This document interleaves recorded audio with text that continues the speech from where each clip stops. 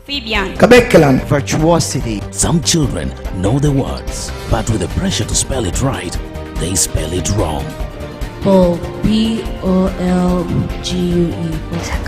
Your word is correct. One letter show will leave the whole family spelling for literacy and spelling for fun. The East African Spelling Bee, coming soon. Brought to you by Mama TV. To our next ones. The word is day.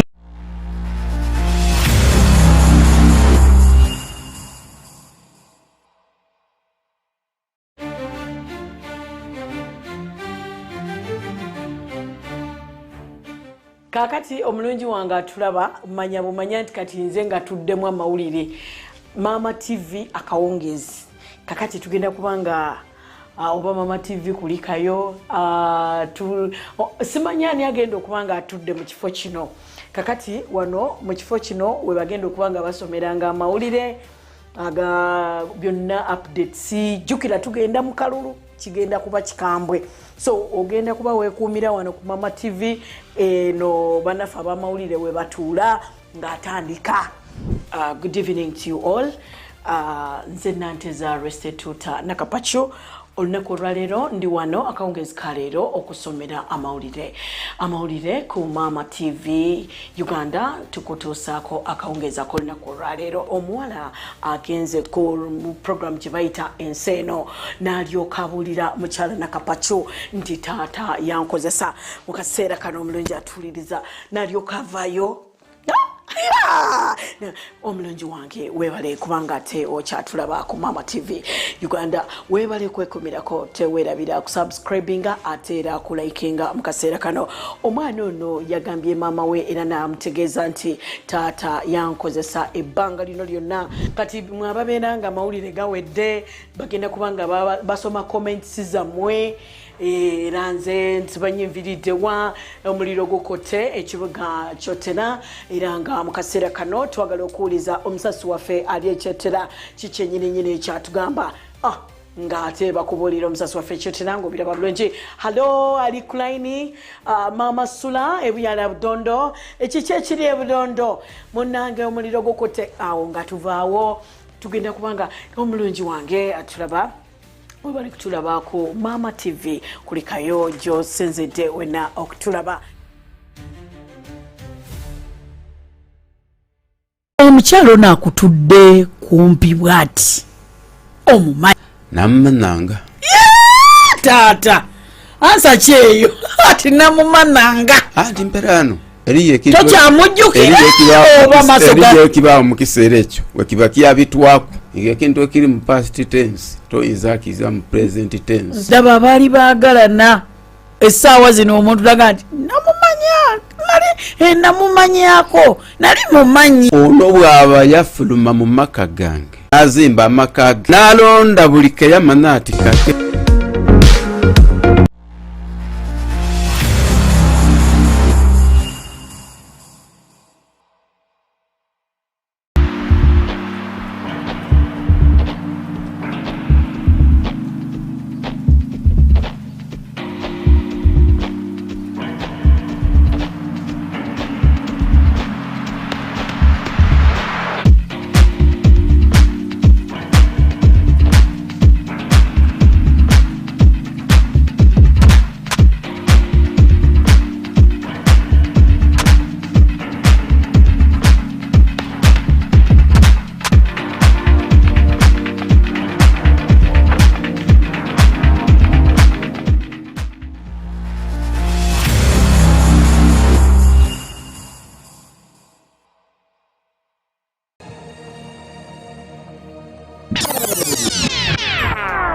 netukeera ku makya ne tufunayo ka breakfast.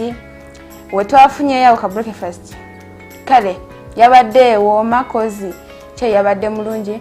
Then naye ekintu ekiriwo ng'ekyawadde ekyamaanyi amagi ge yatufumbidde gabadde just ayina ebintu like gabadde omunnyo like side ate nga wamu teguliyo bulungi. Ndowooza tegakubye bulungi naye nga gabadde malungi naye nze tebyangendedde.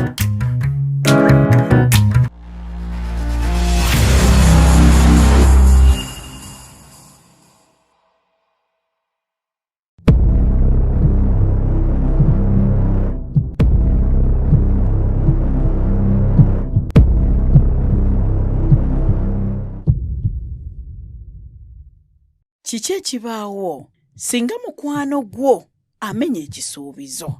Kiki ekibaawo singa baliraanwa abo bafuna obutakkaanya ku ttaka ku kyalo kyabwe? Kale enkoko bwebula ku kyalo kyo.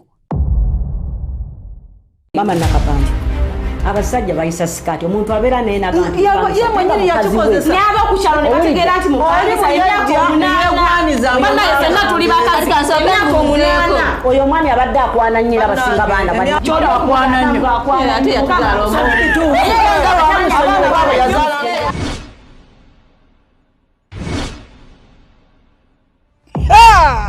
Bannange oddukira wa singa obwesigwa n'obwerufu bubula? Kale singa obujulizi buvaayo n'ebyama ne bibotolwa ku Mama TV program kooti y'abantu lindirira buli lwakubiri buli lwakusatu buli lwakuna buli lwakutaano ssaawa emu ey'ekiro paka ssaawa 3 ez'ekiro. Lindirira Mama TV, tugabane twagalane.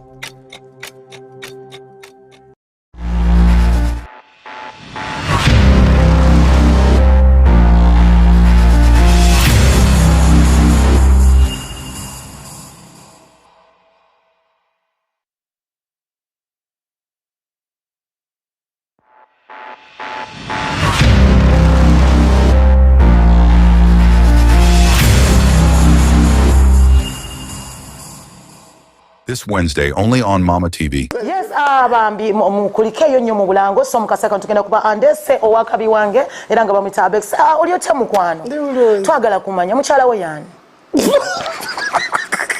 nabo obwenzi kumpewo gwe bawo yani we wacha wewe wange ye bawo wange mukyala we yani sinna bandi sebo bambi amutusonyiwe muno gwe twakyaziza labika empisa ayina bulungi sebo tonkalubiriza ngandi presenter ddamu ebibuuzo olawe bikalubanga mu bitubuuza ye mama ye presenter ye Sofia ye ebyadda bajja kusala mbite bajja akasembayo tuyina Mary Butter oyina emyaka emeka? Ejaddala mbali tolimba emyaka ejaddala kati kandabe kuba bwe ndaba wano mu lutalo lwami linamu mbalesika tebala lutalo lwami twali mu lutalo nga ziseka wezasekera naze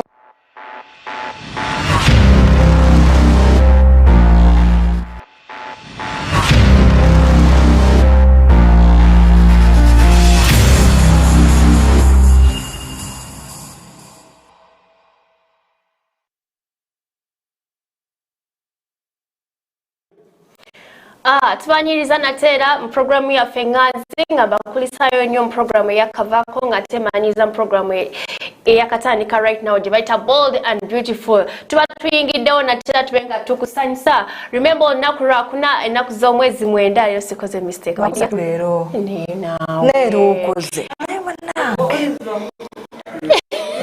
I just want to see whether Vicky Kwari.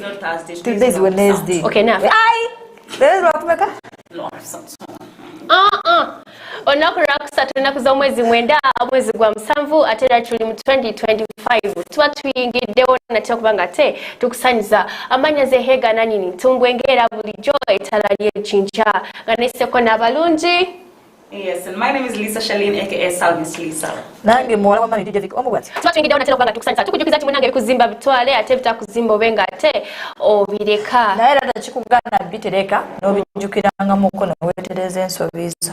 Nyongera okujjukiza mutaba tunekaanekanye olunaku lwaleero nga batwambazizza be ba Malaika Collections nga basangibwa eri mu Jinja Iganga Road near Embassy oba bafuna buserevu siweewo kyekyo. Oyagala outfits nga buneeno kana katete yakawa kasogenda ku party ngeyo ka birthday outfit ya DJ oba ogifuna buserevu kyakigalo bweyagala akatete yakasogenda ku Sunday ngako office wear genda mu church oba you like office. I love office wear. Something decent, something fit. It can go to church, by the way. Oba okafuna buterevu. Remember gwe yakatweyungako tuli ku Star Times channel 243 ate oba toli ku Star Times osokuba naffe osokutwegattako wano ku social media platforms zaffe wano Amanga nga Instagram, Facebook, Twitter, X enaku zino ne ku YouTube oba otufuna buterevu. TikTok. Oba ng'oyagala okuba nga tokinkolera genda ate ofollowinge, okommentinge, osharinge, olikinge ate omale osubscribinge ojja kuba onkola bulungi nnyo. Kindagadde okwogerako olunaku lwa leero.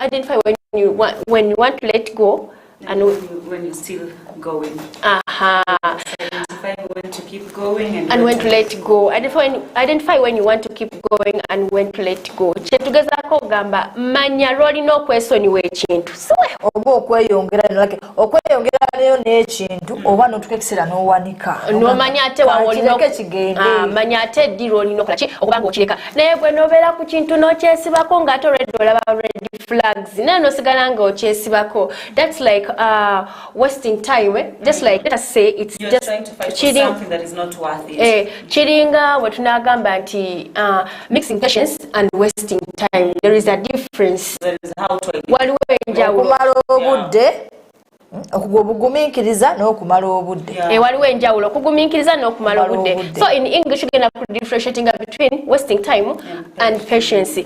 Being patient kyekino obeera patient like mbadde ngagamba wasting patience and wasting time the difference. So being patient kwe kubeerawo like maybe explain it in English like being patient is like being like holding on to something yet you're even expecting some changes. You're seeing that some change. Then wasting time is holding on to something yet you're not even seeing any change. You know there's nothing that is coming out of it. Yes. Okugumiikiriza kyokanga that's wasting time okumala budde. Then okugumiikiriza nga toli kumala budde. Olina kyolabako. Awo munange kayinza okuba oli kukatuufu. So twagadde okwogerako olunaku lwaleero. Wali ku YouTube, wali ku social media platforms zaffe Amanga genda commentinga bw'oba okitegeera. Kyetugezako okwogera okubeera patient, okubeera omugumiikiriza. Manya ddi lw'olina okubeera omugumiikiriza ate omanye ddi lw'olina okukola ki kyekyo kyetuliko.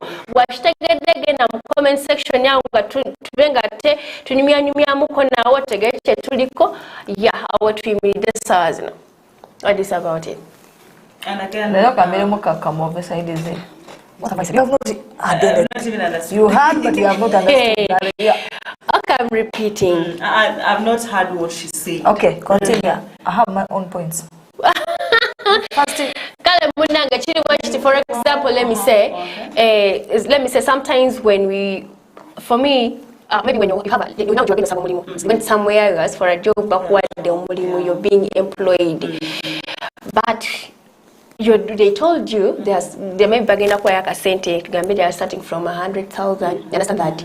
And then the boss is like, let us see what this person can manage. They're giving you that small time. They see maybe you're even a maid. Let me say a maid, your daughter, your maid at home.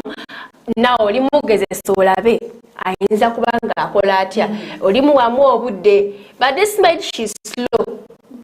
When she sleeps, she doesn't want to wake up early and start the things that she's supposed to do. Utensils are not even clean. Yeah, when she prepares lunch, when she's preparing lunch, you take long, like you eat late.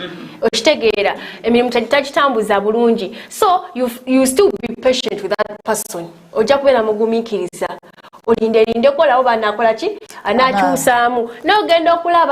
You're being patient, but still this person is like she's not changing. You're giving it a chance again and again. But yes, I think you're still being patient with that person, but that person is not changing. You let go. There is a difference between giving up and letting go. See, giving up is when you've not even given it a try. Like you just saw this and you're like, I cannot do it. But letting go is when you've fought, you've tried. But you're like, I cannot do it. Get tired. By Uganda, like for example, the Naling and Zeka or Nalinko Deka want to. I'm a DJ. Nalinko Deka one. It's not a new DJ Cholino call hours in a villa like in 4 hours or walkers in you. What you want to do. Naenda kuleta account nga baagala nkole hours zisuka 5 hours nga sente zeyongerako. Remember I'm with the security nayogerako nabo but nga bagamba we shall see, continue, we shall see you wait omwezi neguyita nongula nembagamba banange akale kiri bwekiti nembagamba nti kale tukendeze ku nnaku kale zenkola ki zenkola tujja kendeza otegedde tujja kikolako to extent nti I felt like nga kinzita nengezako try nga nedda kankose mukole the day when I didn't go there they called me like 100 I saw 100 missed calls on my phone. So when I picked up I told them, guys, I've tried. I've tried 2 months. I talked to you almost every week. I had to talk about it. I have to put in a report. This and this, but Nanga said, never talk on as if I couldn't you never go to child day. Never go to Saleko day. When I give up, to both of you, no sang am chivoga to do la kwetu mera. That's omuntu like naffe ngenda kusinga bakadija wala weba nti se olumu toina kola okala ino kola yes abantu vibe webe kutenga kiri mugwe nezo sola kola lero kule 5 hours ekiro even the following the 5 hours even the other the 5 hours bulishiro ate ka to make what as was sende zisigana zimwezo kitegede by the way no chogala kuno bagana nene security enkuru because nzotambulanga muntu nyuka saa 10 nencha 10 naye sokoleke ani avunanyizibwa ku bintu by'emirimu ebyo who's responsible for the jobs within Uganda. There are some places where we go for as like we employees we tugendeyo kubanga ate tukola. Sometimes when you go there by the way omuntu obogenda funa omulimu always ask ninako masawa meka when they give you a job always ask I'm starting, you've given me a job, thank you, but I want to know sawa meka at what time am I supposed to start and at what time if you forget to say that to ask at what time I'm supposed to end ngaba kagukuwa my dear by the time you ojakolo benga kalogo de mema I have to go, I think it's late over no mubuza that munange at what time am I supposed to go because I'm seeing it's getting late agenda kulaba bubi agenda kulabanga taina mpisa ngata gumikiriza someone who's not patient, someone who's mannerless. Definitely. That even that thing in relationship is there. They show red flags, but what was it because again, you're trying to fight. I think we should share out the phone number for those who want to give suggestions and opinions. They can just call in. Gwagala okubanga ate otweyungako obanga tonimyanimyamu naffe namba yaffe eriwa ku screen ndozo oba ogiraba. Remember tuli ku Star Times tuli live oba otulaba namba eri 0786 eri 668707 ate kitegedde njiddamu eri 0786 668707 ojja kuba otufuna butereevu namba yaffe ya studio oba otufuna ate munange tube nga tunimyanimyamuko nawe gwakitegedde when identify when to let go and when to when to keep going. Manya D losigalanga ekintu okisigaza bongo osigala ogenda maaso ko trying ato manye D. I think the things of omanya D nti olina kukireka relationship but within these remaining things banange On my side, so I quick a catching to Munguminkizambu, when I like where you're going to eat, you see, when you visit someone's place, like you see, these people are preparing food, you start warming yourself. But when you see you're sitting with someone who's supposed to cook, you're there communicating, my friend, just say bye-bye to those people. When you see someone doing what? So, like what I'm saying, no get out, no chala, like you say a wife with cups, saucepans, you'll be, they are preparing for me, let me sit. But when you're sitting there with someone who's supposed to cook, my friend, you're busy communicating. Just say bye-bye. There's nothing to eat. That's what I'm saying. For me, when I'm going to eat, I see signs and symptoms. But if I don't see anything, my friend, I'm not ready to go make it. Or maybe some of us cheat and one day at our time. Those promising words, no matter what. And the other words, I'm like, for example, the one name on Naye Simanyinga will be able to pay all this. Work of mine. This month, if your boss starts to say those words, my friend, warm up. Not a bad mood, but my friend, just warm up. Because someone can't say, this month, if I have made a loss. Even no more Zomala what or works at Ogulinda. You want the third month because you're being patient. No. You see, Vicky, me one thing I see is for you to let go of something, you must have fought. You keep going. For me, I can't fight. Vicky, listen to me. You keep fighting until when you feel like it's draining. You see, because it's okay to let go. It's okay to let go because you cannot fight for something that is draining you. You cannot fight for something that is killing you. Even workplaces. You find yourself, you're at work, and maybe the environment is not conducive. The people there are not conducive. The surrounding is not conducive. So like the work is draining you. You're going at home at night to sleep. You're tired. Even you can't sleep because you're overtired.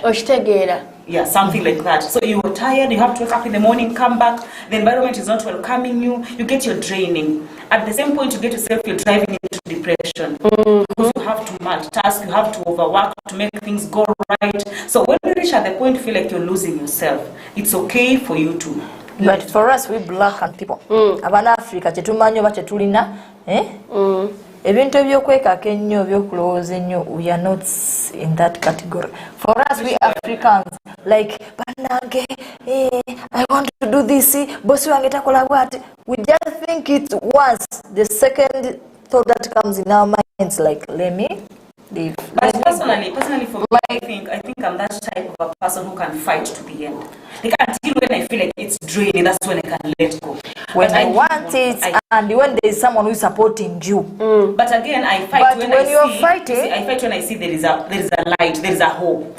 When there is a hope, it's possible for you to fight. But when there is no hope, have you ever read somewhere? There's nothing you're fighting for. Listen, have you ever read somewhere? You sleep near your landlady or landlord sleeps near you guys. Have you ever rented such landing? You end up, even if the compound is fine, even if the house is well, you feel like you are fed up. Every hell you do will call you. Oh, all in the morning. You did this and this. Banange wakomi all late. Banange, you end up saying, Zininyumba nunji. And you end up being fat because you are just. Most of the times when you are going to start renting someone's house, know the rules and regulations. Even though you get to know the rules and regulations, but you're sleeping near the landlady, even herself can break it. You see, and that's why, when you're rich, when you get rich, when you go to get an apartment or a house, you're going to buy a house, there are documents that you'll get to sign. So in case of anything, when you want to cut it off and let it go and go to another place, they won't haunt you because you had signed somewhere. You'll just be like, this was the contract, and now I feel like I cannot keep up with you anymore. You're talking about those. You were talking about these big whatevers, like in apartments. There are those people in small obzigo. What is small plots? Small rentals. Small rentals. Whereby the landlord sleeps near you. Sorry, not by you, but near you. Maybe this is your room. They have a room next to you. Even if you follow your rules and regulations, they are the small things that will make you to be like, I can't rent near the landlords. That's the thing happened to me. Sikulimba. Ngacha pangisa, sija pangisa mune landlord because you will meander from this rentals to another. You always be moving. Because there is a way those. But why do landlords want? Why do landlords want to? When you want to feel comfortable with landlords, especially with small rentals. You see, they want big rentals that but these petty landlords with small rentals. Why are they always near the rentals? They want to feel themselves. Landlords, stop being near your rentals. No, someone who has like has his small land, yeah. Lazima kayumba ke senge bisatu then agamba njagala fune ekintu ekintu take a gate, put a boundary, put a gate there, put a fence there. Not nuliranga ni mukazigo kange ngoli boss wange oli landlord. You make me feel small. Every time I be like, want to run to the toilet eriwali kumpi njagala sala genda nayo ngenda kutokusala ogenda yo kitegera. And the landlord will be like, after me getting out, he want to go and check. The landlord will be like, if you bypass her, that's the first time. This girl in the washroom. What happened to this man? Ani yakajivaamu. Amazitageze. Listen, why? But mostly they are big somehow when this side is big. There's Vicky. I had my landlord was narrow. I will never forget that lady. That's why I'm going to, oh Lord, answer my prayers. I get because the other landlady they are twins. Mama babana, they have to live their mom's nanny room to your room. Remember, you want chase kids, you build with them, but what on your instead you just come to your doorsteps. To do what? Abana my kids doing there. I was like, but one day I had my own stress at work. And you wanted to unleash so she knocked. And most of them, the landlords, they are single. So single mothers. She knocked. You, what's wrong with you? I want my kids say, oh my kids send me. Because I had the pressure. I had my own problems. The way I came out, the landlord just ran away. I came on. You told her. Because I was tired. To get that, I didn't want to leave that place because the place was quite nice. Good for you. But due to the landlord, I had to give up being a mom. To extend that, I wanted to fight her.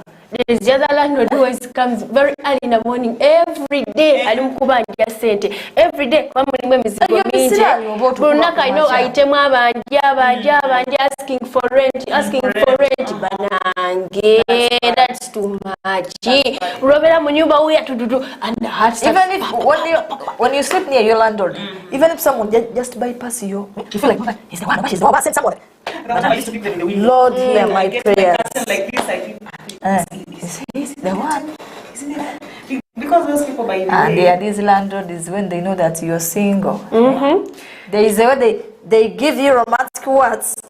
Single words. Okay, go. Mama katolaba. Zine nyumba. Solo zeno. You can correct this side and correct this side.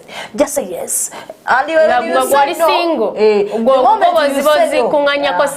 The moment you say no, my friend, you will just give up those rooms because he will be busy on you 24/7. Sasula sent. Sasula in advance. Sasula don't sikubanga sasula kene mu maso.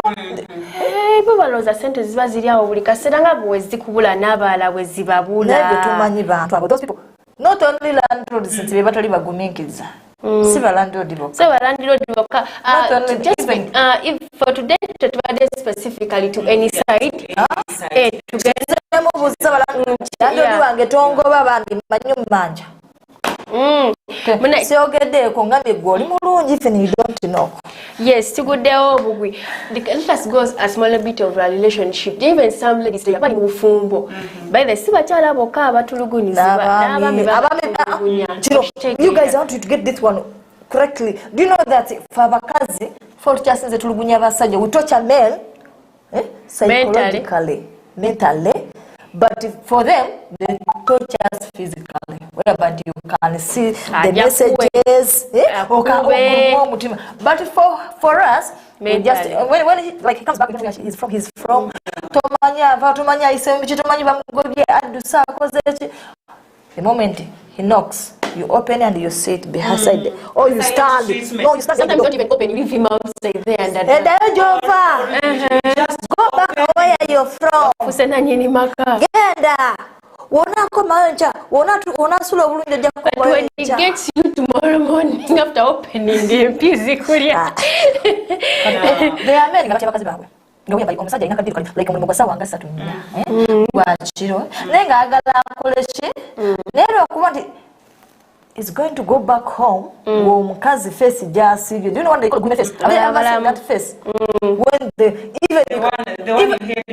even if you don't mention even if you don't mention any word, you just see the face and start expression. You start to Oba is going to say this, Oba what next, Oba slap, Oba this person in Manani.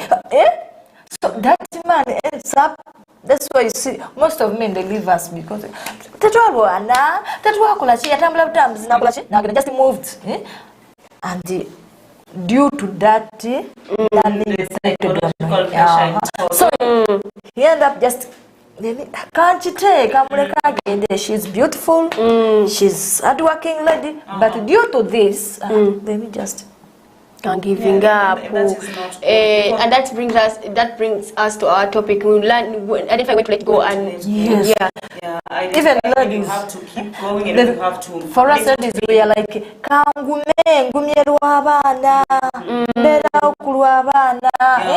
but you're being tortured to the extent that mama sika I cannot die here. Sika the feel there was a question that my mother used to ask some time back. I think I'll give you that question. Nga kulobudde munange tujja kubate nga tutandikira mu kitundu ekiddako katugendeko mukuumula ate tube nga tukomawo tovaawo. This Wednesday only on Mama TV. Yes, bambi mukulikeyo nnyo mu Bulango so mukasaka tugenda kuba andese owakabi wange era nga bamwita Abex. Oli otya mukwano? Twagala kumanya mukyala we yani. Nabo obwenzi kumpewo. Gwe bawo yani. Wewe wacha wewe wange yebba wange mukyala we yani. Sinna bandi sebo bambi amutusonyiwe muno gwe twakyaziza labika empisa. Ayina bulungi sebo tonkalubiriza ngandi presenter ddamu ebibuuzo. Olawe bikalubaga mu bitubuuza. Ye mama ye presenter ye Sophia. Ye ebyadda. Bajja kusala bute bajja. Akasembayo. Tuyina Mary Butter. Oyina emyaka emeka? Ejaddala mbali tolimba emyaka ejaddala kati kandabe kuba bwe ndaba wano mu lutalo lwami linamu mbalesika tebala lutalo lwami bwe twali mu lutalo nga ziseka we zasekera naze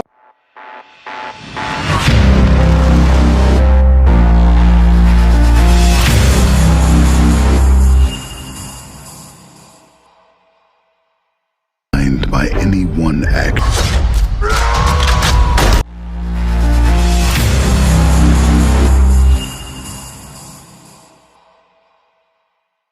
Omukyalo nakutudde kumpi bwati omumanyi namumananga taata ansa kyeyo ati namumananga ati mperano ekibaawo mu kiseera ekyo wekiba kyabitwako ekintu ekiri mu past tense toyinza akiza mu present tense. Ndaba baali baagalana essaawa zino omuntu laga nti namumanyako nali mumanyi. Ono bw'aba yafuluma mu maka gange azimba amaka ge n'alonda buli keyamana ati kake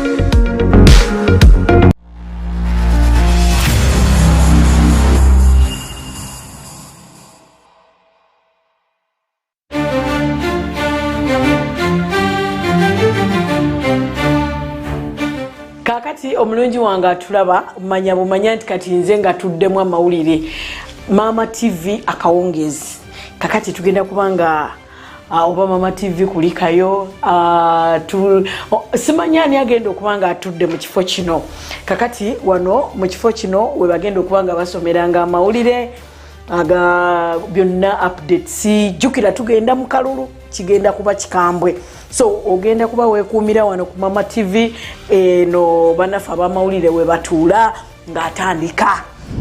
Good evening to you all. Nze Nanteza Arrested Tuta Nakapacho olunaku olwaleero ndi wano akawungezi kaleero okusomera amawulire ku Mama TV Uganda tukutuusaako akawungezi ak'olunaku olwaleero. Omuwala agenze ku program gye bayita Enseeno n'alyoka abuulira mukyala Nakapacho nti taata yankozesa mu kaseera kano omulungi atuuliriza n'alyoka avaayo. Omulungi wange webale kubanga ate okyatulaba ku Mama TV Uganda webale kwekumirako tewerabira kusubscribinga ate era kulikinga mu kaseera kano. Omwana ono yagambye maama we era n'amutegeeza nti taata yankozesa ebbanga lino lyonna kati mwababeera nga amawulire gawedde bagenda kubanga basoma comments zammwe era nze ntibanyinviriddewa omuliro gukotte ekibuga kyotera era nga mu kaseera kano twagala okuwuliza omusasi waffe ali ekyotera kikyennyininyini ekyatugamba ng'ate bakubuulira omusasi waffe ekyotera ng'obiraba bulungi. Halo ali kulaini Mama Sula ebuyala Budondo ekiki ekiri ebudondo munnange omuliro gukotte awo nga tuvaawo tugenda kubanga omulungi wange atulaba webali kutulaba ku Mama TV kulikayo jo senzedde wena okutulaba.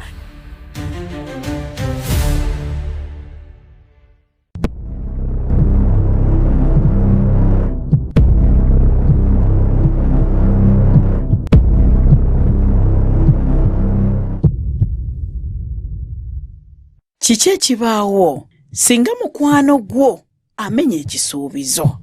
Kiki ekibaawo singa baliraanwa abo bafuna obutakkaanya ku ttaka ku kyalo kyabwe? Kale enkoko bwebula ku kyalo kyo.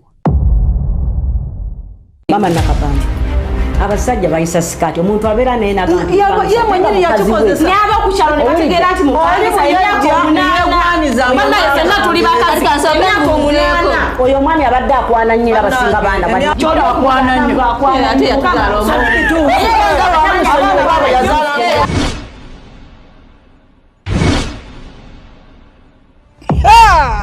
bannange oddukirawa singa obwesigwa n'obwerufu bubula. Kale singa obujulizi buvaayo n'ebyama ne bibotolwa ku Mama TV program kooti y'abantu lindirira buli lwakubiri buli lwakusatu buli lwakuna buli lwakutaano ssaawa emu ey'ekiro paka ssaawa 3 ez'ekiro. Lindirira Mama TV tugabane twagalane.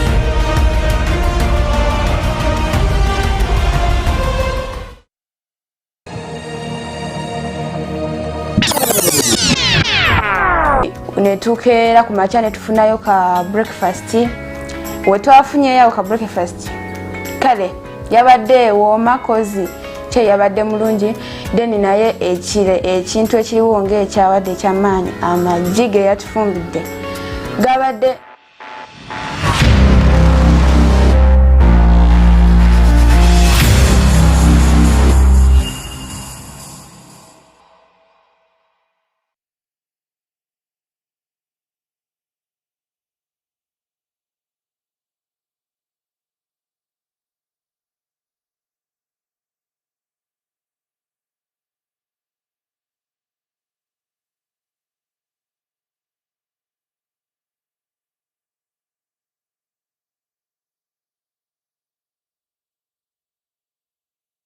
This Wednesday, only on Mama TV. Yes, bambi mukulikeyo nnyo mu bulango so mukasaka tugenda kuba andese owakabi wange era nga bamwita Abex. Oli otya mukwano?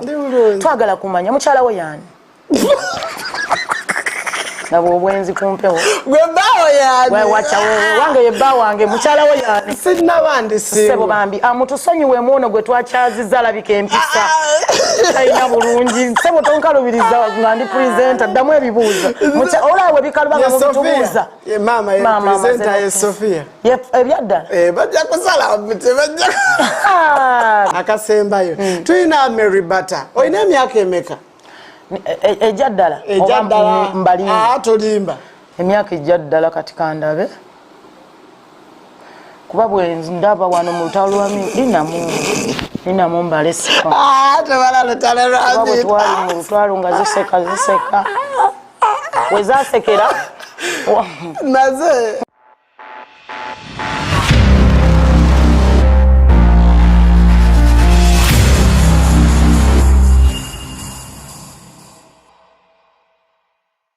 By any one action.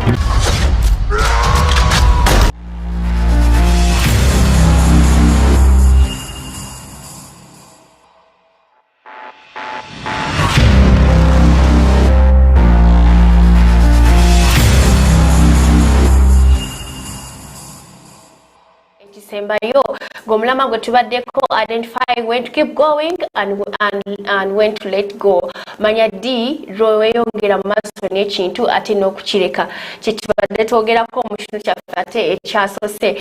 Remember gwe yakatwegatako tuli ku free to air ate tuli ne ku Star Times channel number eri 243 ate genda ku social media platforms za Fuan Wamanga genda ku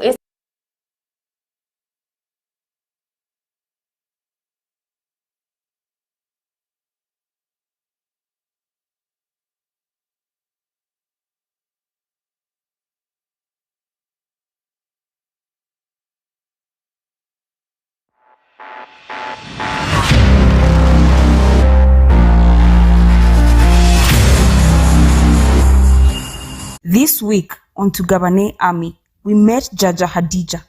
Tugabane, Twagarane.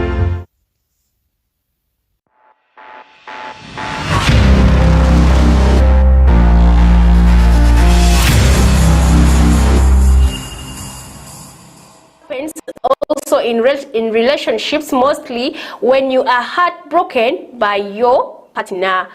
Learn when to identify it when to keep it and when to let it go. So Vicky. Vicky. Zebankube. If there is money one month, for me I'm ready to keep me. I'm going. Not for money and relationship. You're beating me, I'll die one day. This is the girl that you have to tell her, baby girl, let go. Let go. When there is money. When it comes to slap me, I slap you too. My friend, I have hands. And then that becomes a toxic relationship where one of you will get killed or will kill yourself. Even being jailed. Remember, because if one of you get killed, if one of you kills another one, then the remaining one will go to jail. Yes. Where are you? Vicky, don't remember. Another month, others abuse your kids for playing in the compound. Then, another month, do you know you can't cook or eat chicken when they are demanding? That's all. Is your neighbor. Even not in Yama. Never come on, go to the Cavera. I did not find by natural as a Caverina inside the Cavera. I never did come all of us. But some of those landlords, they don't know where to. No more joy in Giram. Look, make no sure to evaluate. As I said, these landlords with big. These are what you've seen them so much, right? No, not seeing them, but I know their habits. We had one in college checking on the dressing of her tenants. Yeah. That's bad. Banage, Kalens Anadamunti, talk about it. Actually, it's worse when you have got a car better than his. He will hate you and blame your kids for everything wrong around it. Bukere katinga good, bukere kumacha. Nga Vicky. Tugeze nga nawe mpangisiza. Landlord wangachitegera ati oyo that is the girl. Abera bold and beautiful. First of all, what I'm gambio oti landlord wange. Amatagenda kuba. Okogenda kuba munyine mu bwete. Omangenda kupya wameza agenda kalinyisa. Agenda kwekola obuntu.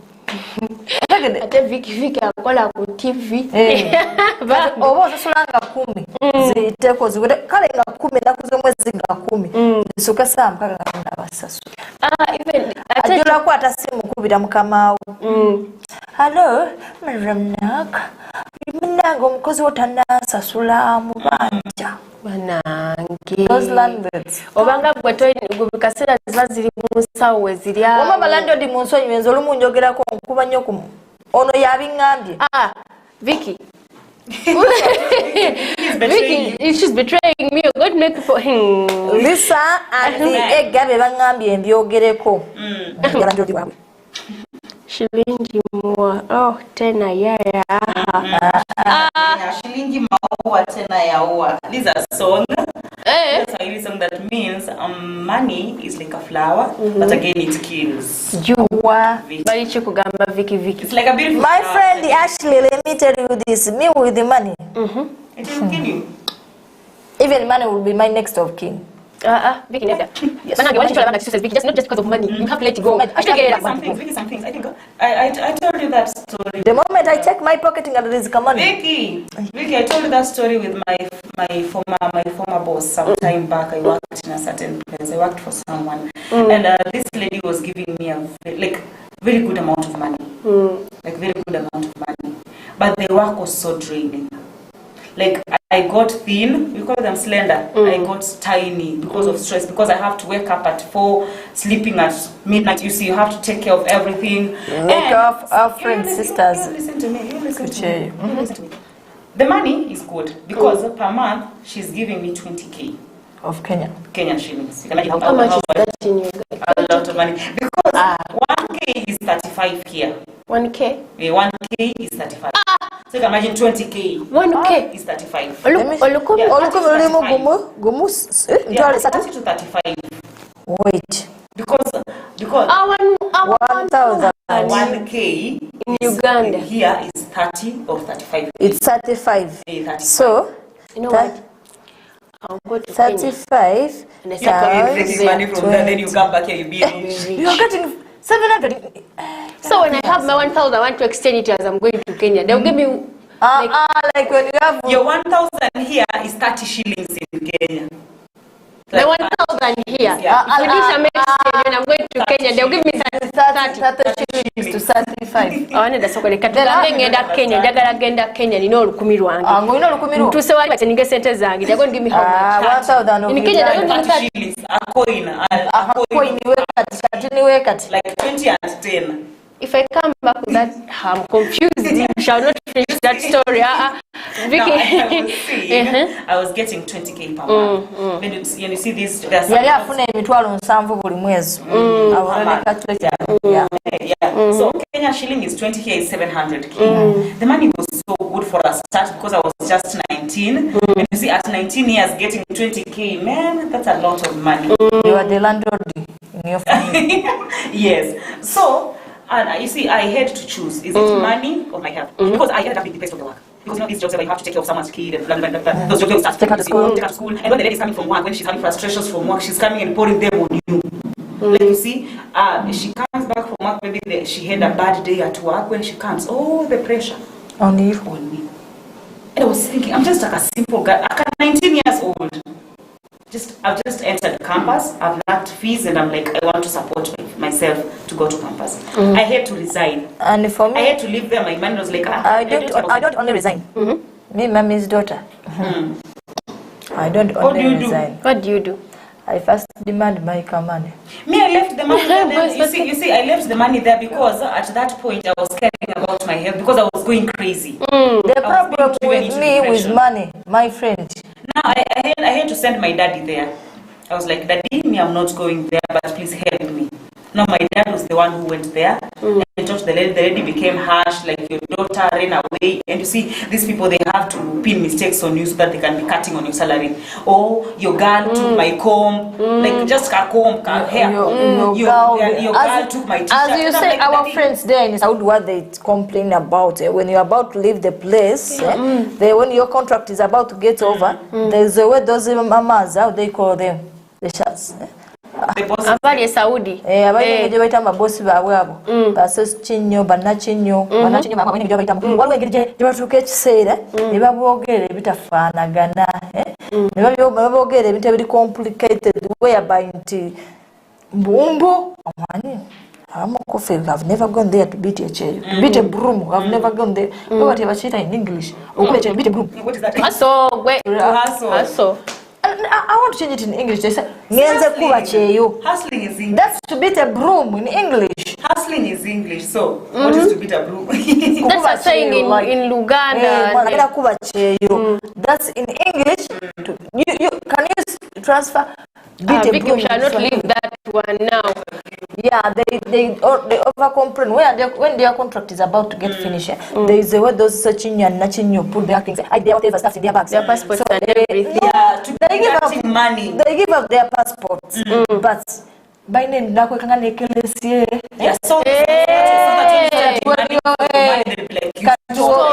when you reach at the airport or when you're on your way going, as well as police into Yanzi, and when they check in your bag, you have to go back. You have to work for them for another day. Unless maybe they will be like either they are paying you just because you stole the necklace. Since you found your necklace, why are you making me pay for it? You found it, take it. Okay, theft. To come to what you know is a chikubula. That's they are pay. But if you found it, I go. Moment to you. Like in a Sunday necklace movie to your my friend, you have to pay it. Either could I after paying God Jifunya Tessa Solidating you've got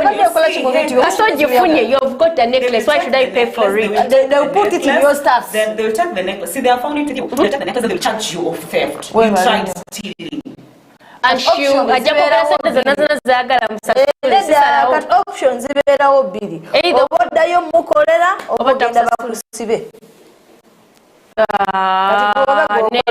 nedda ate okusibira eri ku kyeyoma nje kitegeeza nze sigenda kukuba kyewalayi ojagenda okikubira you're in Saudi Arabia, you're in Middle East. I'm not going. How will you come? Will you walk? I said I'm not going anywhere. You're staying in Uganda. Mama. The woman said I'm coming. A place where I'm not going to get a taxi. I'm not going to get a border.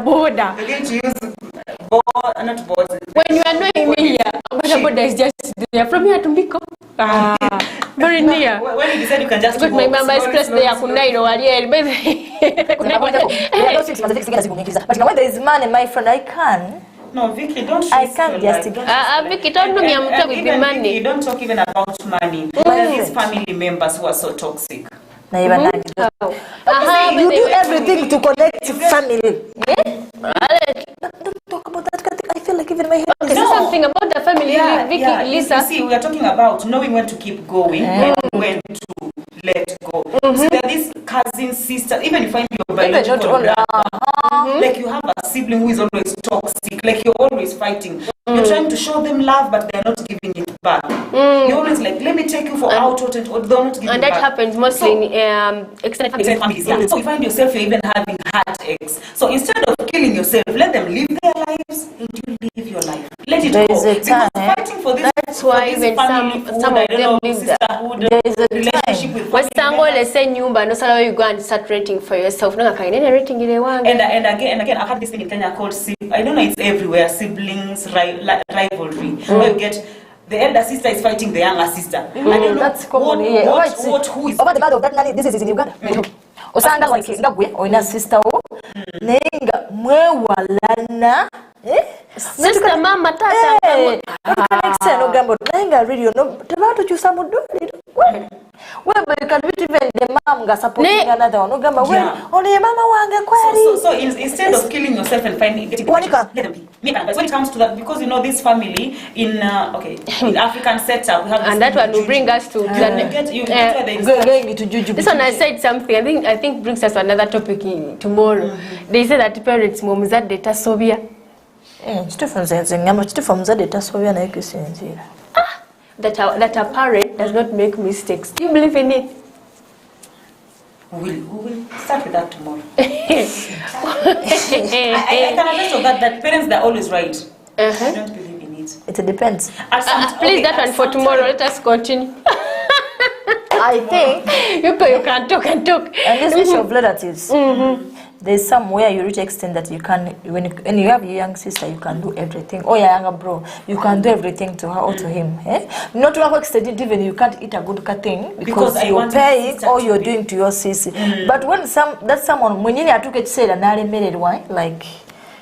I will always say things like I married do not giving her up. And that's someone just give up because you're paying everything you're doing it, but it just as you know this at those stage just disappear meander.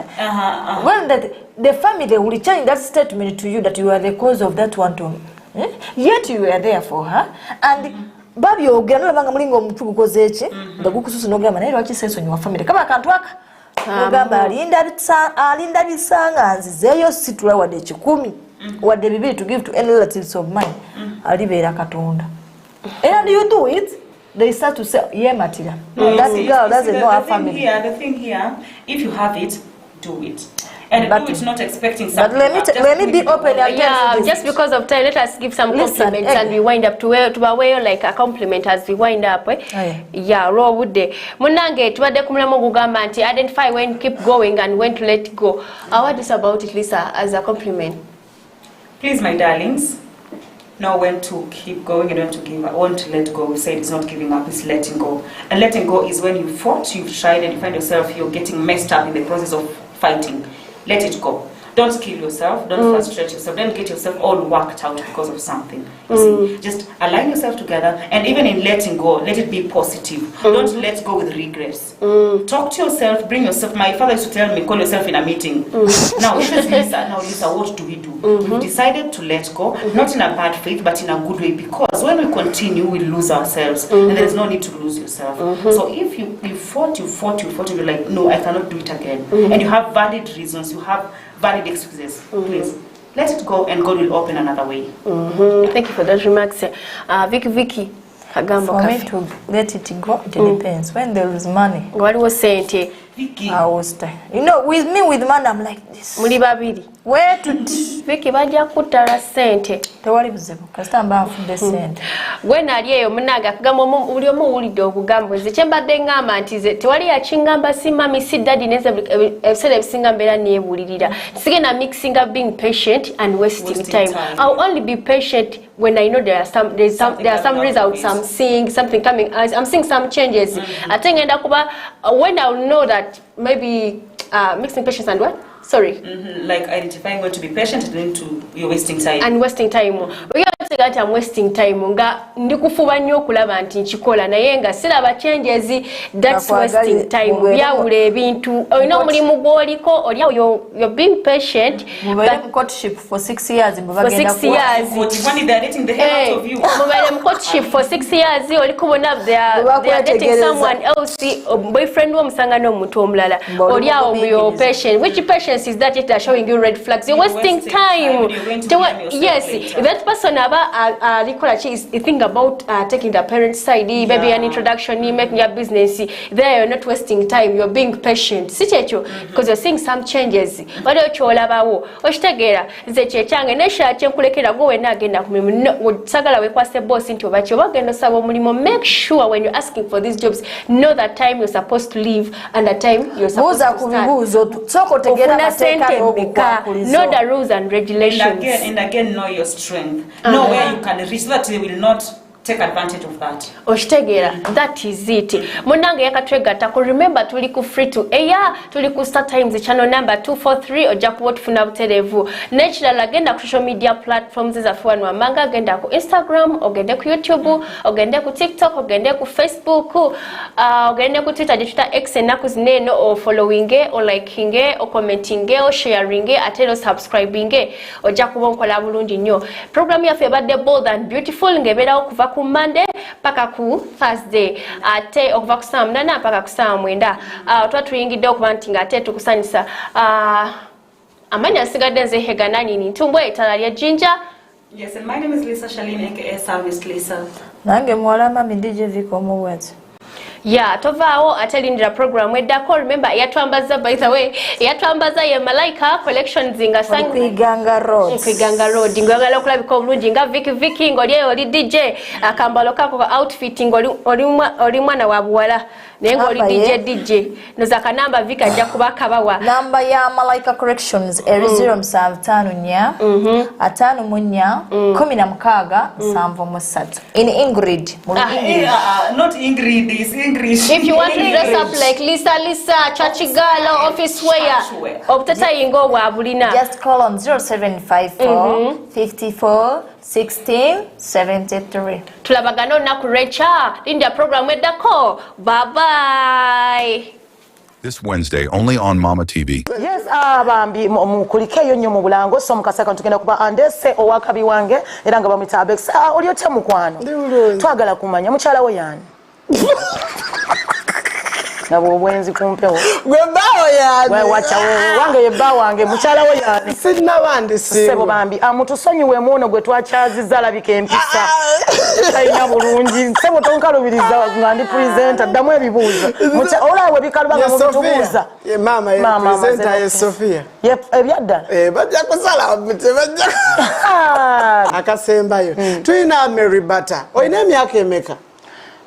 Ejaddala mbali tolimba emyaka ejaddala kati kandabe kuba bwe ndaba wano mu lutalo lwami ninamu mbalesika tebala lutalo lwami twali mu lutalo nga ziseka wezasekera naze